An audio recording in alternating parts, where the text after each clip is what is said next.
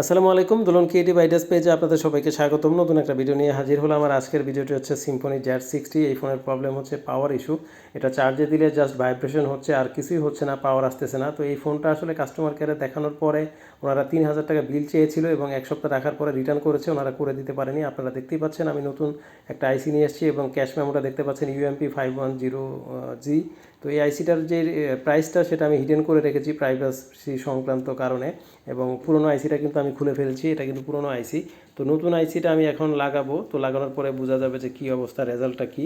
তো এটা short circuit ছিল, এই আইসিটাই শর্ট ছিল। তো এটা আশা করি ইনশাল্লাহ হয়ে যাবে। তো এটা ব্যাটারিতে একেবারেই চার্জ নাই। আমি ব্যাটারিতে দেখলাম মাত্র 3 ভোল্ট ছিল। তো কিছুক্ষণ চার্জ দিয়ে ওয়েট করতে হবে। তো ওয়েট করার পরে আশা করি যে এটা চার্জ চলে আসবে, যেহেতু ভোল্টেজ বের হইতেছিল চার্জিংয়ে। দেখতেই পাচ্ছেন আপনারা 1% চার্জ চলে আসছে। আর এই ভিডিওটা শেয়ার করার উদ্দেশ্য হচ্ছে আপনারা যে কোনো হার্ডওয়্যার জনিত যদি কোনো কাজ কাস্টমার কেয়ারে আপনারা করাতে যান, সেক্ষেত্রে কিন্তু আপনারা ভোগান্তির শিকার হবেন।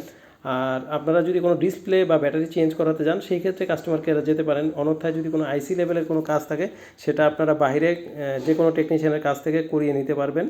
আপনারা ওরকম ওয়েট করতে হবে না, আপনি তৎক্ষণাৎ করে নিতে পারবেন। ওখানে গেলে কিন্তু আপনাকে 10 দিন 15 দিন ওয়েট করতে হবে। তো আসলে ফোনটা কিন্তু সবারই গুরুত্বপূর্ণ, ফোন ছাড়া কেউ চলে না। তো ইনস্ট্যান্ট কাজ করিয়ে নেওয়াটাই বেটার। তো ভিডিওটি ভালো লাগলে অবশ্যই শেয়ার এবং সাবস্ক্রাইব করে পাশে থাকবেন। আজকের জন্য বিদায় নিচ্ছি। আল্লাহ হাফেজ।